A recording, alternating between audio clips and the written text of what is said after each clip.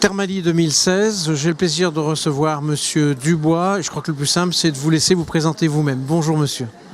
Bonjour docteur. Donc effectivement, Thierry Dubois, je suis président du CNET, Conseil national des établissements thermaux, et à titre personnel, je suis président du conseil de surveillance des Thermes de Saujon, une des 5 stations qui traitent des affections psychosomatiques en France. Vous êtes donc très bien placé pour me donner un avis, une impression générale sur le thermalisme aujourd'hui. Qu'est-ce qu'on doit retenir, si on n'avait qu'un seul message, sur ce que représente le thermalisme aujourd'hui dans l'arsenal thérapeutique et dans la vie de toutes ces stations? Alors le thermalisme aujourd'hui, c'est avant tout de la médecine. Il y a quelques années, un certain nombre de détracteurs trouvaient que c'était quelque chose qui s'était plus apparenté à du bien-être, mais c'est complètement faux. Et aujourd'hui, nous sommes sûrs de notre message et contents en même temps parce que depuis 10-11 ans, avec la création de l'AFRET, Association française sur la recherche thermale, nous avons apporté la preuve du service médical rendu par le thermalisme. Le bien-être, ça s'appelle aussi dans d'autres circonstances la qualité de vie. Et on l'évalue dans les études, dans des pathologies qui n'ont pas été mises en cause. Donc c'est pas négatif, ça en fait partie aussi. Mais je ne suis pas du tout opposé au bien-être. Simplement, le bien-être, si vous voulez, c'est de la prévention. Moi, je vous parle de soins, de cure médicale. Donc je crois qu'on parle le même discours, mais que l'un n'empêche pas l'autre et que finalement, je comprends. Alors, puisque vous parlez de bénéfices médicaux, ce qu'on a longtemps reproché au thermalisme, si je me souviens bien, c'est que justement, il n'y avait pas de preuves médicales, il n'y avait pas d'études bien conduites. Et on a l'impression quand même que depuis quelques années, on est en train de renverser la tendance.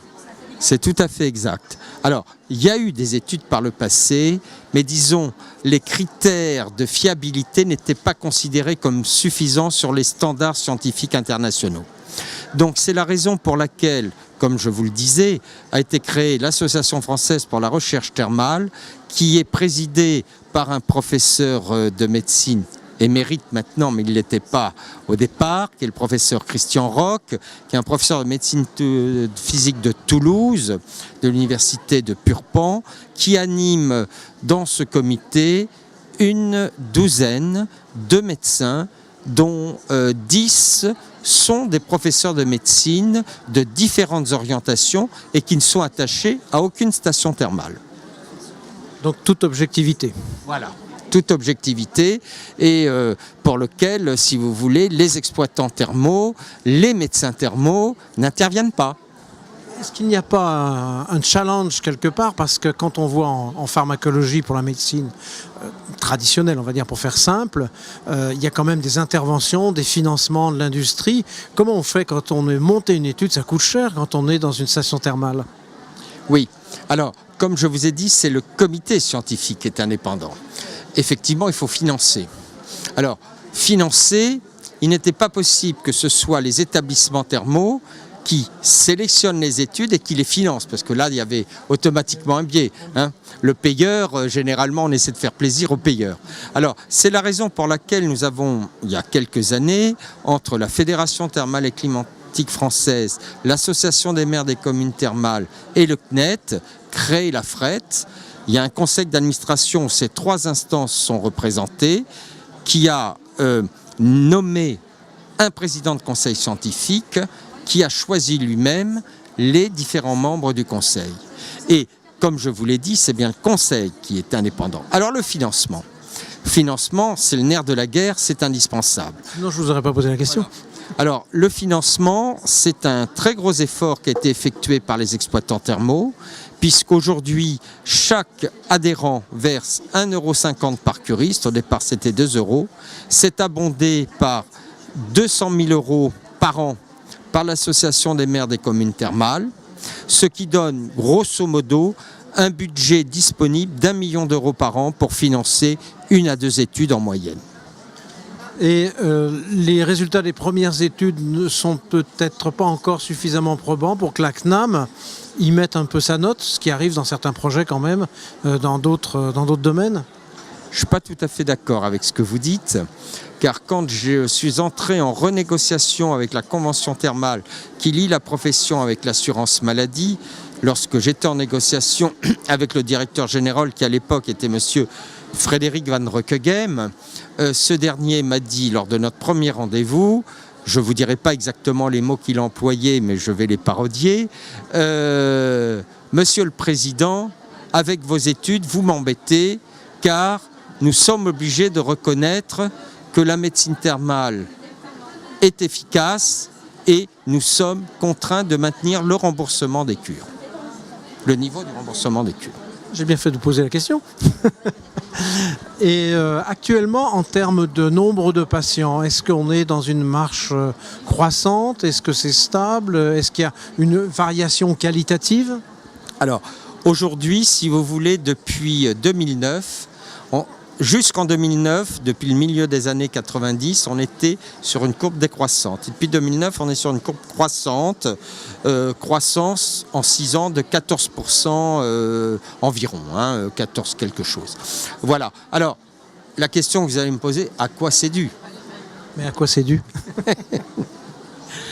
Alors, pour nous, il y a 2 ou 3 raisons. La principale, c'est la démographie. Car on sait que la moyenne d'âge de nos curistes, c'est 63 ans. La pyramide des âges des Français vieillit. Donc il y a plus de gens âgés donc, qui ont tendance à venir plus facilement en cure. La deuxième, c'est justement la publication de ces études dans des revues scientifiques internationales. À ce jour, il y en a 6 de publiés.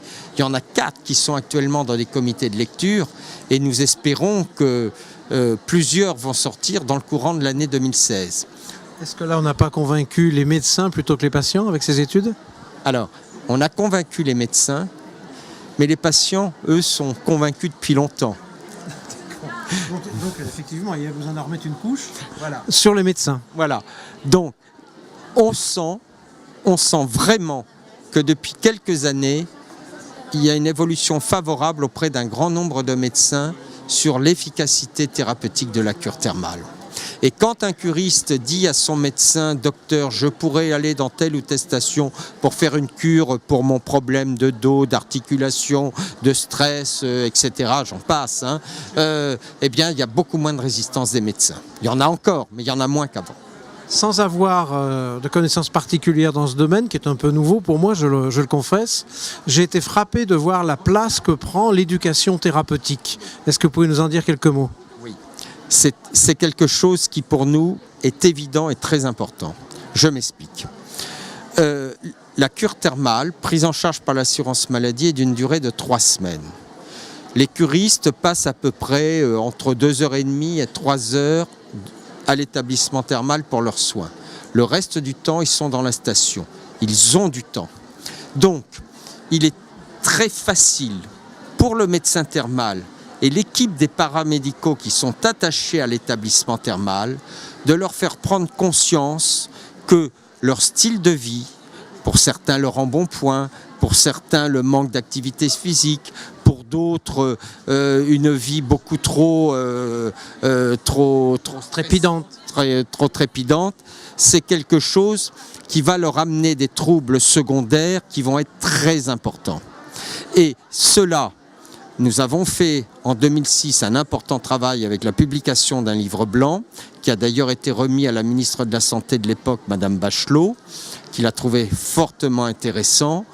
Beaucoup de stations sont en train de mettre des programmes d'éducation thérapeutique, dont 6 ont été validés par les ARS où sont implantés ces établissements thermaux.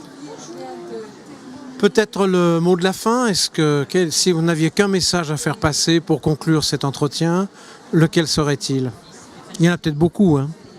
Moi, je dirais en une phrase, le thermalisme, c'est efficace pour toutes les maladies chroniques et le thermalisme peut faire beaucoup plus en matière de prévention et d'éducation de santé. Donc le thermalisme aujourd'hui doit être un acteur de santé reconnu. C'était un excellent mot de la fin. Je vous remercie d'avoir accordé cet entretien. Merci beaucoup.